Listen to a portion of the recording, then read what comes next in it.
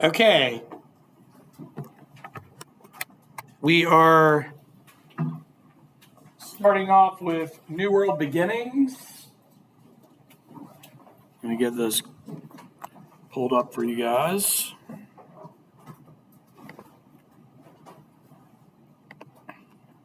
All right. So I use a lot of primary resources in this course, and I like to start with this resource. This is an early map of North America by Sebastian Münster, and this map dates to 1546. So we're talking about just 50 years after the arrival of Columbus. This German cartographer has produced one of the most accurate maps of the Western Hemisphere to date, all right? We're pretty fortunate. Are you guys familiar with the Library of Virginia in Richmond? We have an original print of the Münster map at the Library of Virginia. What makes this so amazing is that cartography had been around for thousands of years up to this point, but by the mid-1500s, the Germans had taken the lead in cartography. Now, they had competitors. They were competing against Italy and Spain and Portugal. But when we think about the age of exploration, Germany doesn't really usually pop into our minds, right? I mean, there's no unified Germany at this point, right? It's a collection of provinces, and it won't be unified until 1871. But why? A little bit of prior knowledge. What invention allowed the Germans to take the lead in cartography in the mid-1500s? What invention? The printing press. Yeah. So the printing press allowed them to take the lead. Prior to the printing press, getting your hands on maps was very difficult, and it was also very expensive. So the Germans are going to really help push forth the age of exploration with these detailed maps that can be mass produced. So I think that's a pretty cool primary source. I thought I would share with you guys. And if you're ever down at the Library of Virginia, you'll have to see if you can take a peek at one of the original copies. So the peopling of the Americas. The last great ice age, the Pleistocene era, it occurred about 1.8. Some scientists say as far back as 2.5 million years ago, and it congealed most of the world's oceans 150,000 to 35,000 years ago. So Ice Age, the Disney Pixar series, it's beloved, right? But it kind of like skews our view of what we think of how that last ice age looked, especially in the Bering Strait, because Beringia in the Bering Strait was not just a solid sheet of ice. In fact, Beringia was a massive frozen tundra that consisted of grasslands, it consisted of thousands of lakes, teeming with vegetation, migratory animals, lots of small wildlife, lots of fish and other food that would have come from the ocean and also come from freshwater sources. That's another reason why we're not only going to see the movement of these people across the land on foot, but we're also going to see the movement of these folks by boat as well. And again, that's obviously come to our attention in more recent archaeology over the last 30 to 50 years. So as water levels lowered, it exposed the land bridge in this area that now is covered by water again, that stretches between Siberia and Alaska. All right. Are there archaeological digs that occur on these coastlines? Of course there are, but much of it is covered. Also, it's a very expensive pursuit to try to get these archaeological teams out there. It requires people to move out by bush plane or helicopter or by boat. And we are still trying to work through this, as we brought up in the driving questions. We're still trying to work through a lot of these archaeological discoveries. Two really impressive discoveries that were found in 2015 were human remains in Alaska that dated back 13,000 years. And they were able to do DNA research on those remains. There's also human remains that were found that are as old, if not older, that were found in Mexico that I'm going to talk a little bit about with you guys as we move forward. So this period of time where you start to see people moving through was between 9 to 15,000 years ago. Yeah. Why were you might have already said this in my history, why was the water like so when we think about this glacial event, right, in our minds we're thinking this glacial event just occurred over land.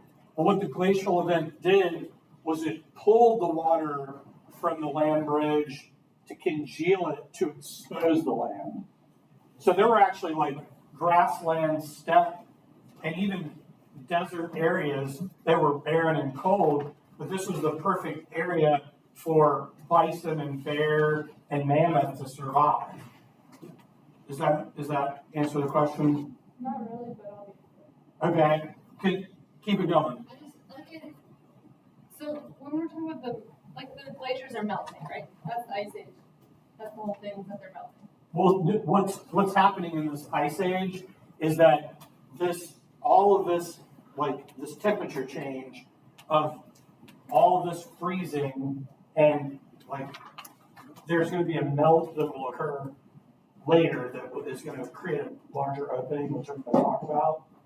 How is that, if there's more water all Because- down, and how is that? Because as the oceans on either side of this tract of land, as that freeze happens in these large this occurs over tens of thousands, millions of years, it pulls back toward the Arctic and the Atlantic, and it opens up this tract of land.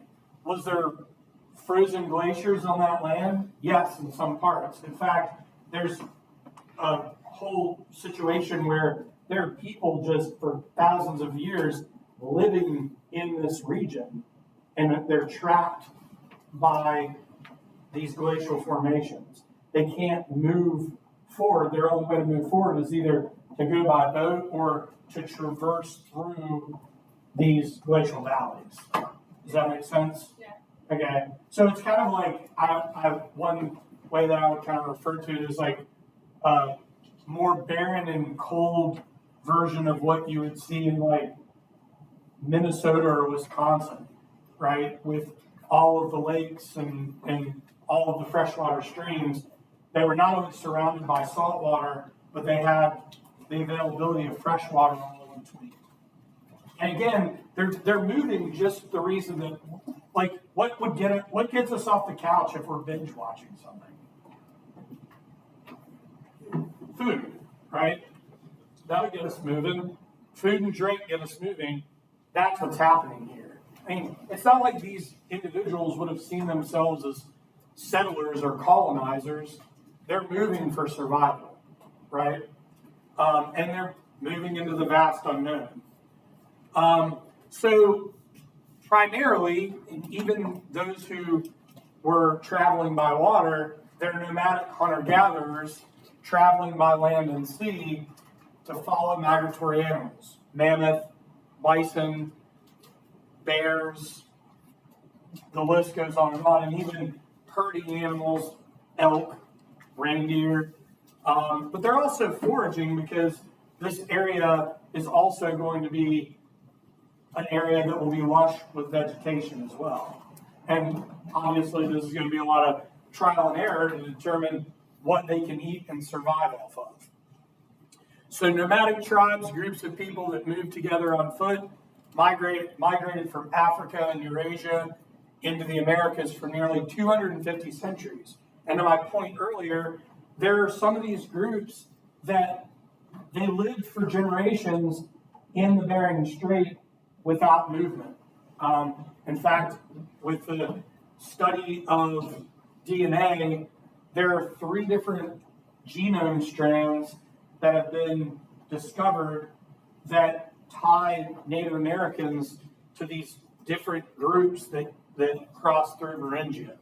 And I'll talk a little bit about that as I move forward. By the time Europeans arrived in 1492, it's estimated that 50 to 100 million people inhabited North and South America.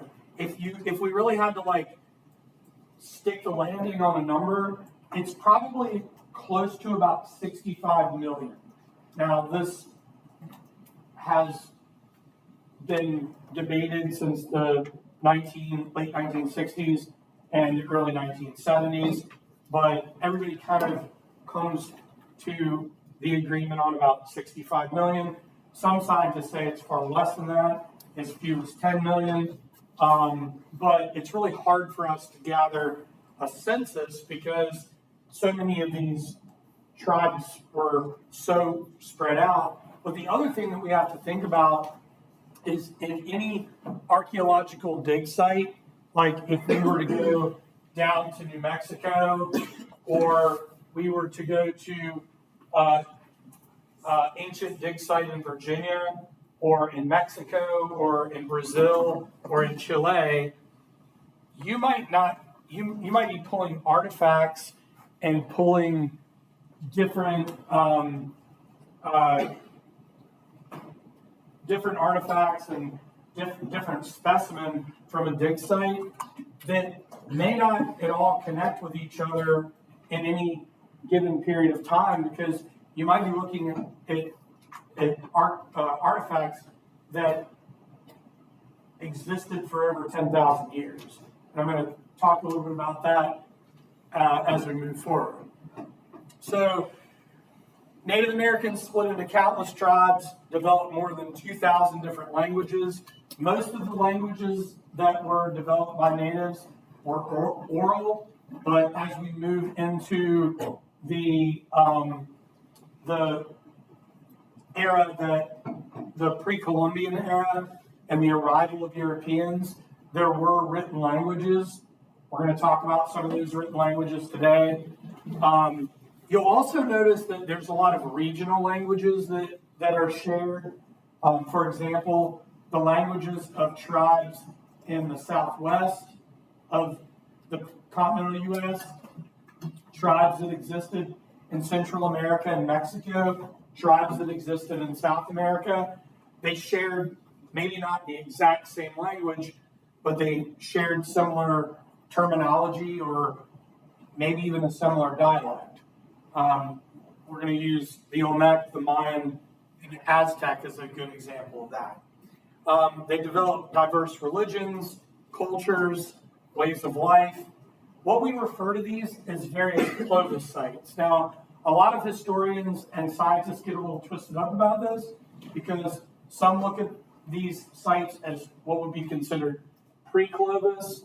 Some would consider them post-Clovis. Just to give you an idea here, this is in reference to an ancient site that was discovered in New Mexico known as the Clovis site. There's another name for another item that's tied to Clovis as well that I'm going to talk with you guys about momentarily. We actually have a very famous Clovis site that's located here in Virginia that I'm going to talk a little bit about as we move forward. Another scientific connection to migration as well, Asians and Native Americans share similar genetic markers on the Y chromosome. But in just the last 10 years, there's been better DNA and genome research that have proven that all of these ancient Pleistocene paleo natives that arrived, they might have a common ancestor, but they don't all share the same genome, which I think is pretty amazing. All right. So, questions up to this point? So, if we look here at Beringia, we have to remember there are groups of people that just hung in Beringia and lived their lives for generations, for thousands of years. But over time, either by boat or over land, these people continued to migrate south. I mean, some of the Beringian ancients that we've, some of these sites that have been discovered and some of the human remains that have been found, we're all familiar with the Inuit Eskimo people. I mean, they are directly tied to the natives of Alaska and northwestern Canada. All right. Now, definitely in more modern history, there's been this European Eastern migration route theory, but historians and scientists often debate this one. However, there are native peoples that populated all of this region, and some historians believe they didn't necessarily migrate from here, but they may have migrated from there. Back to the point about the discoveries that have been made in Western Europe in recent years in connection to native peoples, as well as Greenland and Iceland. Okay, so we're talking way before the arrival of any Vikings in Newfoundland, which we'll talk about next class. Okay, so early nomadic hunters to cross into North America from Asia, we often refer to these as the Paleo-Indian era, 15,000 BC to about 7,000 BC. What is this right here? Arrowhead or spearhead, right? We often refer to these as Clovis tips, all right? Because many of these were discovered at the Clovis site in New Mexico, and similar spear tips as well as arrowheads have been discovered at various sites all over North America and South America. Places like Pennsylvania, Virginia, Brazil, lots of activity in the Southwest, Mexico, Central America, Chile, Peru, all right? So not only are we referring to Clovis, New Mexico, we're also referring to those spearheads. And I'm going to share some with you guys. When I see you next, I'm going to share with you guys some of the minerals that were used to make those Clovis spearheads. Most especially, what type of mineral? Very sharp. Any ideas out there? Would have been used to make Clovis tips? Obsidian. Very good. Excellent job. So obsidian, limestone, quartz, jasper, all types of different minerals were used for obsidian. Did somebody say copper? We're going to talk copper here soon. Copper is very important. These folks never got out of a Bronze Age, but the use of copper is going to be really important. I'm actually going to talk about the next class. Okay, so how many of you guys have ever heard of Cactus Hill before? All right, lovely. If you've never heard of Cactus Hill, I'm super excited to explain it to you. It is one of the hidden gems in Virginia history. Usually when we think of Virginia history, the first thing that pops to mind are things like Jamestown, right? Or Yorktown, or, there's so many other, or like the Cradle of American history. But this is one of the greatest finds in Virginia history. So in the mid-1980s, we're all familiar with the Virginia Department of Transportation, VDOT, yeah? VDOT was building a new road. Prior to building the new road, they brought in a team of scientists and civil engineers and surveyors, and they came through and they started churning up the dirt and going through the dirt, and their minds were blown because they started finding spearheads and arrowheads. Now, what do you guys think that they thought they found in Eastern Virginia? The location of what tribe? Or one of the locations of what tribe? Powhatan, right? They thought they found the Powhatan settlement. That wouldn't be too crazy, right? Powhatan had a massive empire.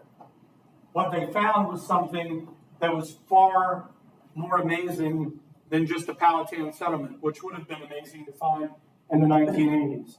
They found a settlement, a paleo settlement, Clovis, pre-Clovis settlement that dated back somewhere between 18 to 20,000 years.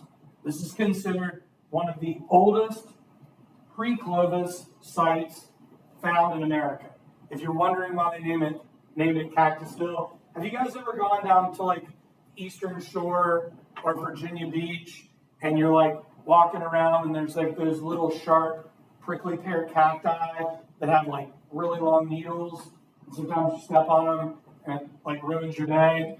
Well, this area in Sussex County along the Nottoway was covered in that cacti, and that's why they call it Cactus Hill. What made this even more amazing, guys, is that some of these Clovis tips and Clovis spear tips were made of jasper. They also found in there petrified blue spruce. Jasper and blue spruce are not native to Eastern Virginia. They're native to what mountain range to the west? Very good. Appalachia. It's native to the Blue Ridge Mountain Range. So these early peoples had taken minerals and timber from the Blue Ridge Mountains and took them along the way and fashioned weapons out of them and tools along the Nottoway River. Is that not amazing? It's just absolutely mind-blowing. So if this is the first time you've ever heard of Cactus Hill, I'm glad you heard it here. Any questions up to this point? Okay. Now, if we go all the way across the country to almost the farthest northwest point in the continental United States, continental, obviously Alaska is farther to the northwest, but on the very top of Washington State, along the Olympic Peninsula, in 1977, archaeologists discovered a 2-acre dig site known as the Mantis Mastodon Kill Site. And what made this pretty amazing is for the first time, archaeologists found not only a mastodon rib bone, but pierced in the mastodon rib bone was a tool made of mastodon bone, proving that these early Americans were not only using minerals to build tools and weapons, but they were also using the bones of animals and using every part of the animal to their disposal for survival, which I think is pretty amazing. And the carbon dating would date this mastodon bone back 13,800 years, which I think is pretty cool. All right. So, any questions about the Mantis Mastodon Kill Site? It was discovered in 77. Okay. So, the advanced New World cultures, we're going to talk a bit about these groups today, and in the next class that I see you guys, the Inca in Peru, the Olmec and Mayan in Central America, and the Aztec in Mexico shaped stunningly sophisticated civilizations, advanced farming techniques, trade and commerce, large city centers, and large temples. Their advanced agriculture completely revolved around the cultivation of maize and corn. All right? I'm going to talk a bit about that as we move forward today. Advanced mathematics, advanced engineering, and as previously stated, advanced commerce. I think that's one of the most amazing things when we think about these cultures. You guys remember in World War I learning about the Fertile Crescent, right? In the Indus River Valley. And how that became sort of the breadbasket for Eurasia. And the spread, once you have the domestication of farming and the supply of labor and the domestication of animals, you start to see the advancement of society. Well, in America, we had a Fertile Crescent as well, and that Fertile Crescent was down in the Yucatan and in Mexico, down into Central America. And what's amazing is that not only goods, but ideas are going to travel north and south and east into the Caribbean. So we're talking about the trade of cocoa, the trade of coffee beans, the trade of corn, the trade of irrigation technology. And a lot of these tribes never even interacted because the goods got traded from one tribe or one civilization to the next. We're going to talk about one of these major trade centers that sat on the Mississippi River when I see you guys next class. Has anyone ever heard of Cahokia before?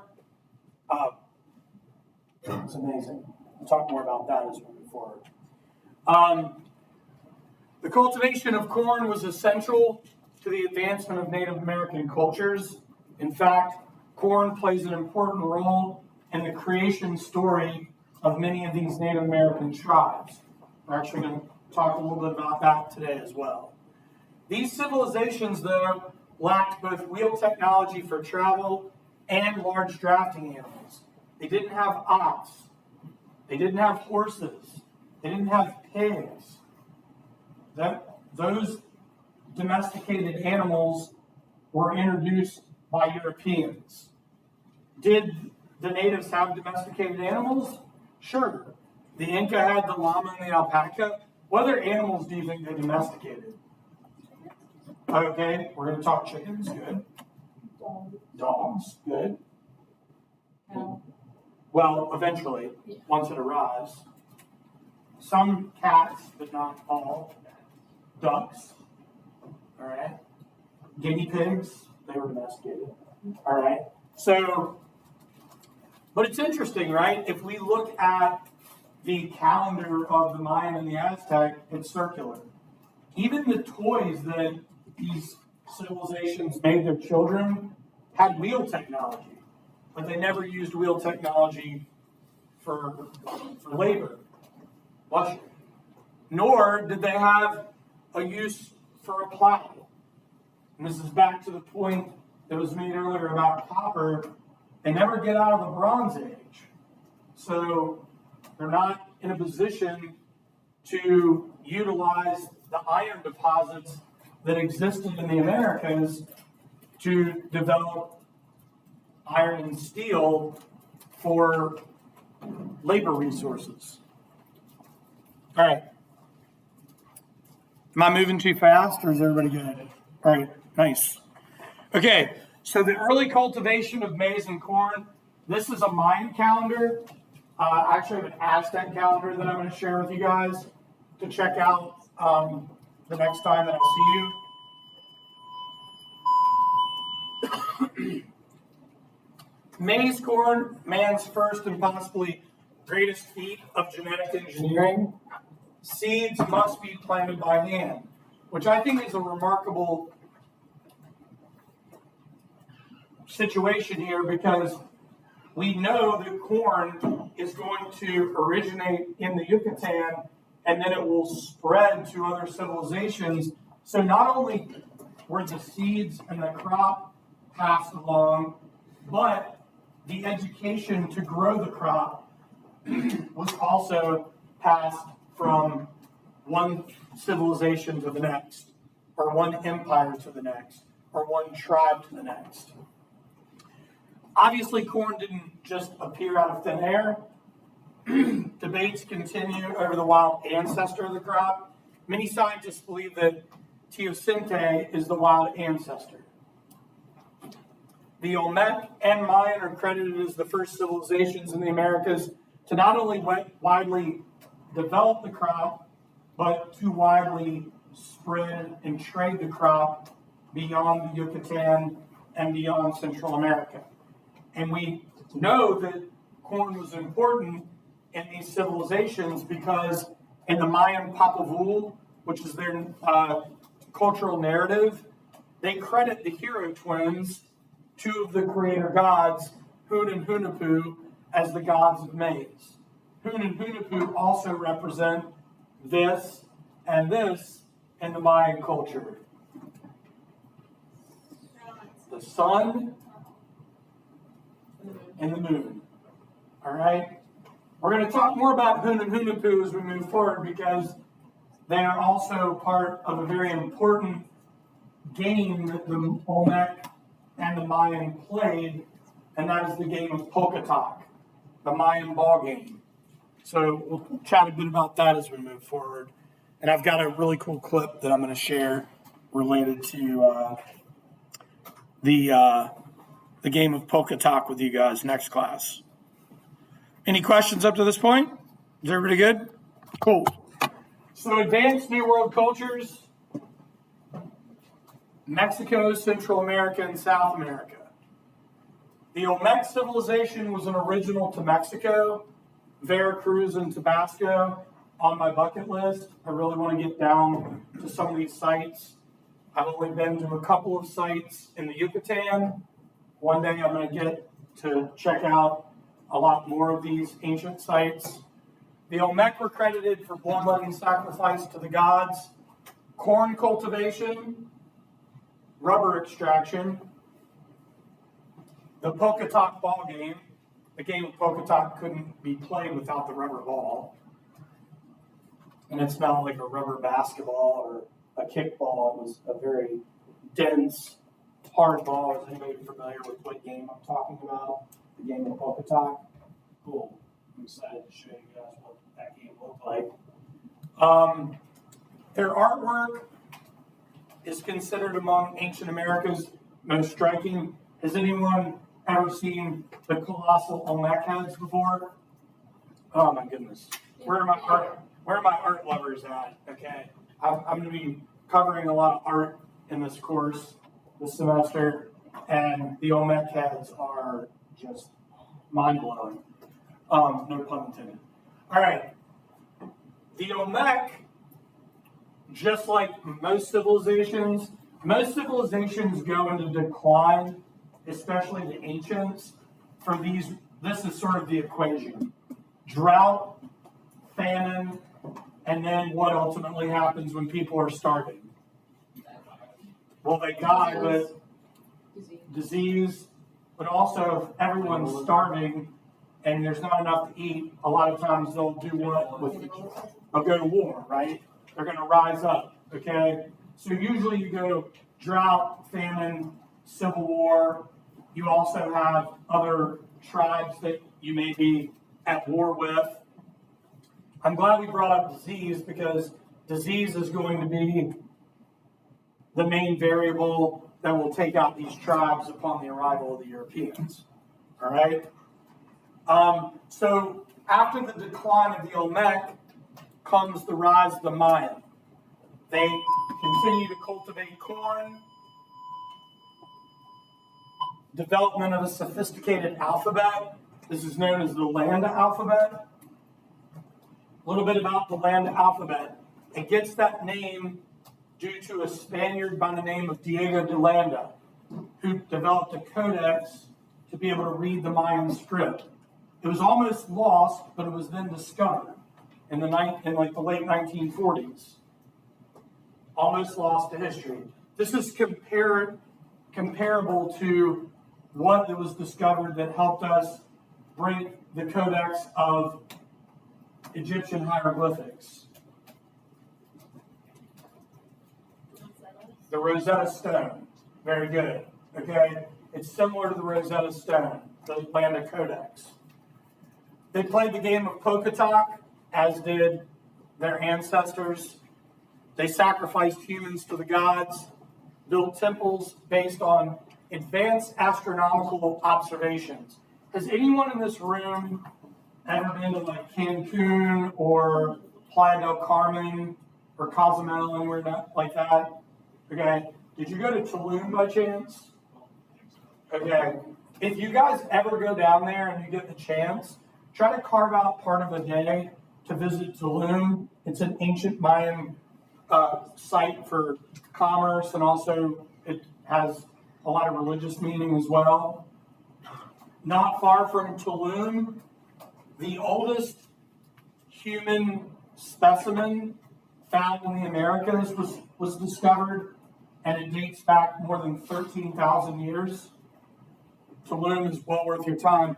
But the reason I bring up Tulum is there are temples at Tulum that took 40 to 50 years to build, not because they were slow or not because they wouldn't put the work in.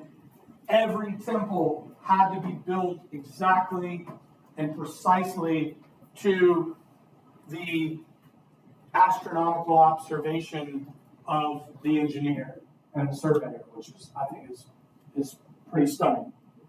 Some notable sites in the Mayan culture: Tikal, Chichen Itza, and Tulum. Note the Temple of Chichen Itza was built to honor Kukulkan. Has anyone ever heard of Kukulkan before? Okay, if you've heard of Kukulkan, awesome. I know that there's an Aztec god you have all probably heard of, Quetzalcoatl, the feathered serpent. That's the Mayan version of Quetzalcoatl, Kukulkan, the feathered serpent. We're going to take a look at Chichen Itza when I see you guys next class. The Aztec, born out of the decline of the Mayan, also routinely sought the favor of their gods through human sacrifice, but also developed a large and very efficient system of canals, chinampas, floating gardens, very intricate and advanced farming irrigation techniques, city centers. They had trash collection. They bathed regularly. This was to their detriment upon the arrival of the Spaniards because they didn't have the immune system to fight against the diseases that were brought over. We're going to talk about their empire city of Tenochtitlan, present-day Mexico City. This empire city, at its height, upon the arrival of Europeans, rivaled London. It rivaled Rome. It was that large. They were also a civilization of very strong warriors. And then finally, where we're going to wrap up today is with the Inca. They developed one of the largest unified empires in less than 100 years, notably due to what was called the Mita. It's kind of like communism, all right? Everybody in the society had a job to do. And everybody not only did their job, but they had to give part of their crop yield to the empire in return for protection. Now, I'm not calling the Incans a bunch of commies. I'm just saying this was the system in which they used to survive and thrive, for that matter, in this era in which they were the most powerful empire in South America. Their large empire center was at Cusco.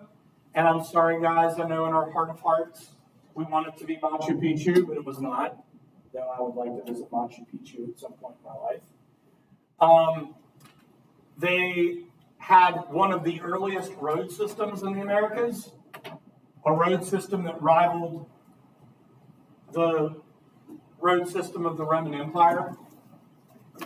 They also used a colored rope knot system to keep records, to keep their history, and to also communicate. That system was called the quipu. And I'm going to talk more about the quipu as we move forward, because this is ultimately going to lead to a major clash of cultures when the Spaniards arrive, because the Spaniards are using movable type, whereas the Inca are using a system of ropes and knots to keep their history and to communicate. They'd never seen movable type before the Spanish arrived in South America. So this is where we pump the brakes today. Does anybody have any questions? I just wanted to give you a good idea of where these civilizations were, and I'm just going to kind of go through this sort of chronologically. So we have the Olmec, and then we have the Maya, and then we have the Aztec. But I want you to understand that the Aztec and the Inca, they existed at the same time. So they were contemporaries. Well, technically the Inca came about at the same period of time that the Maya were in decline. What is the theory on the decline of the Olmec and the Maya? Same as every theory. Drought, famine, civil war, but not everyone died. Some of them survived and moved on and developed a new civilization. All right. So, is everybody good? Any questions? Awesome. All right.